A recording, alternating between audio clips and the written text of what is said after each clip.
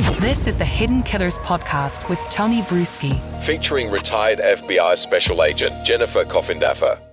Adam Montgomery found guilty of murder in the death of his 5-year-old daughter, Harmony. After about 6 hours of jury deliberation, prosecutors said that during the 2-week trial that after beating the helpless child, the father shot up opioids outside of a Burger King and then went and got some lunch. It's a very sad, disturbing story that many of us just ripped our hearts apart, especially if you're a parent. Joining me to discuss the verdict, Jennifer Coffindaffer, retired FBI Special Agent.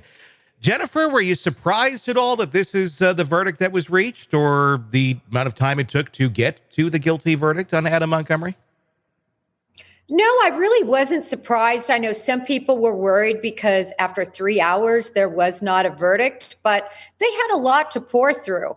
And unfortunately for those jurors, this is something that really is going to be so difficult for them. They'll carry with this case with them forever, I believe. It was so heart-wrenching, the details that were exposed during that trial. Mm-hmm. So very much expected the verdict, and I'm glad they took the appropriate time. Tony, I'm here live with you, mm-hmm. which is unusual for me because I'm wearing my victory red blazer, yes, which I always wear when a good verdict comes in. Well, that's good. I'm glad that you're wearing that, and hopefully there'll be some more victories to be had. I mean, there's another one we'll talk about shortly with the Petitos, a settlement that happened there, but hopefully some peace.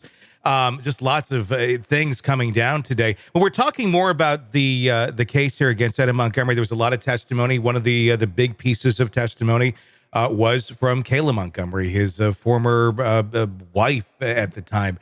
A lot of people looking at this going, okay, this really did kind of help sink the ship of Adam Montgomery. Not that it, I guess, needed all that much more sinking, had a lot of holes in to begin with. But did Kayla get off too easy on this? Was this a fair deal that was made to you say this and testify against him, and you get to basically eventually here walk free after being a part of a lot of the ills that took place in that car with Harmony? Well, I think it was a fair deal only because of this, Tony. I don't think they could have made the case without her. Mm-hmm. I really don't. They needed a eyewitness accounting of what really happened, because if not, there was just too much guesswork. I think they would have gotten other charges that he would have been convicted of. But the second-degree murder, really, they needed her. And because of that, for me, I was okay with her getting away with all she did. Believe me, she doesn't have custody of her children, thank goodness. Mm-hmm. Sadly, I will be surprised if she doesn't sink back into that life. Mm-hmm. And she's going to carry this guilt with her the rest of her life. I thought the guilt on the stand was real.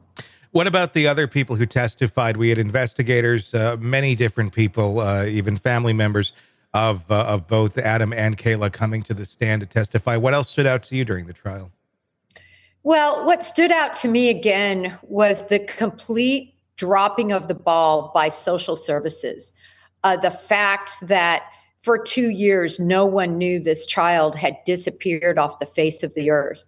So really, when you look at all the people responsible for that, it was a domino effect. And Harmony, with each domino that fell, it just fell straight on her and led to this, horrible murder.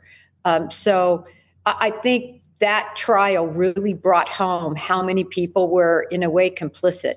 Do you think we're going to see any sort of changes? I mean, it's another case where, these things are brought to the forefront of, look, here's the issues that we have with our child welfare system front and center. But are we just going to look at this again going, well, they dropped the ball. They're not well funded. And we just kind of move on to the next case.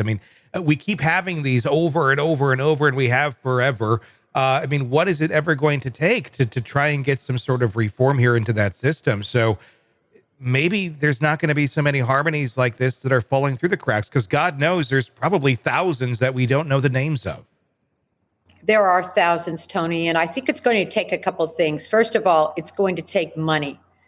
These social service workers need to be paid more. That's just the fact of the matter. Then you're going to get more quality people. They need to not only get more hourly or salary, but they need to be paid overtime. These jobs really require overtime, 24-hour monitoring in some instances, and they're not getting paid enough.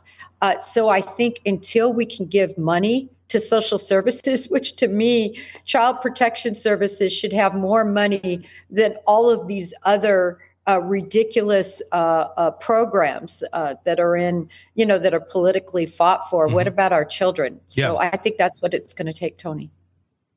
Hopefully, at some point, a light bulb will be reached where it needs to, and we start funding our future, the kids. And hopefully. Want to listen ad-free? Want advanced access to all of our interviews before anyone else? Become a True Crime Today Premium Plus subscriber on Apple Podcasts. You get every episode commercial-free, so you can binge on true crime until you can binge no more. Search True Crime Today Premium Plus on Apple Podcasts now, or go to our podcast page and sign up now. More of the Hidden Killers podcast next.